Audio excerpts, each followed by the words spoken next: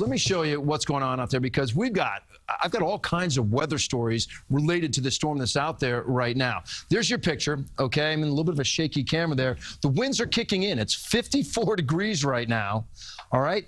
The winds at LaGuardia are sustained out of the northwest at 31, gusting to almost 50 right now at 48 miles per hour. If you take a look at the radar and satellite, you can see right there, that's your center of circulation. So sure enough, you get to LaGuardia, they're coming in. You see them right there, coming in with a northwest wind for LaGuardia.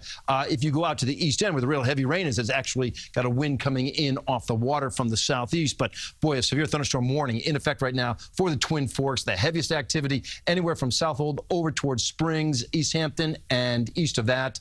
It's just a tough go of it right now for the toughest weather right now in your area. But what's up next? All that rain I showed you, even out around the Springs, it all winds down around 2 o'clock in the morning or so. But the winds are actually getting stronger during your overnight hours. It ends up being a windy day all day on Thursday. And look at this, Maurice.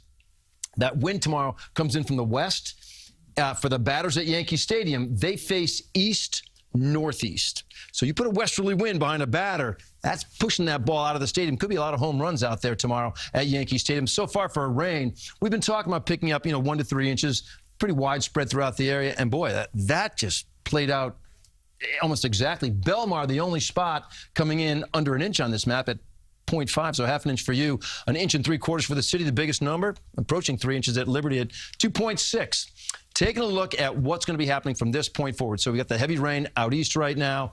Here's how it all plays out. Watch it sort of get pushed up to the north. This is at 2:30 in the morning, and we could still have some wet weather north of the city at that point in time. And then it could wrap around a bit in the morning hours. But you'll also notice there's going to be some clearing taking place. And this is 10 o'clock. Some folks with kind of a partly sunny sky, still a little bit of leftover moisture, all right? But it's those winds. Look at this.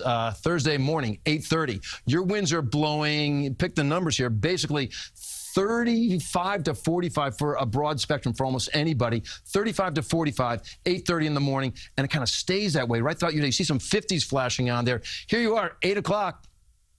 Baseball time, and the winds are gusting again from the west, so the batters are hitting the ball that way, and the winds are blowing 30 miles per hour or strong as far as the gusts are concerned. Across the board, Friday's high temperature after tomorrow is going to be just a cold one in the morning. 50 degrees, feeling like about 41 or 42, and some places I showed you at the start of this newscast, never feeling like they get out of the 30s tomorrow. Friday, it's a better day, still breezy, but the winds are relaxing at 60, and then Saturday and Sunday right now look to be pretty nice-looking days for a good fall weekend with temperatures in the mid and upper 60s. All right. Thank you, Lonnie. Okay.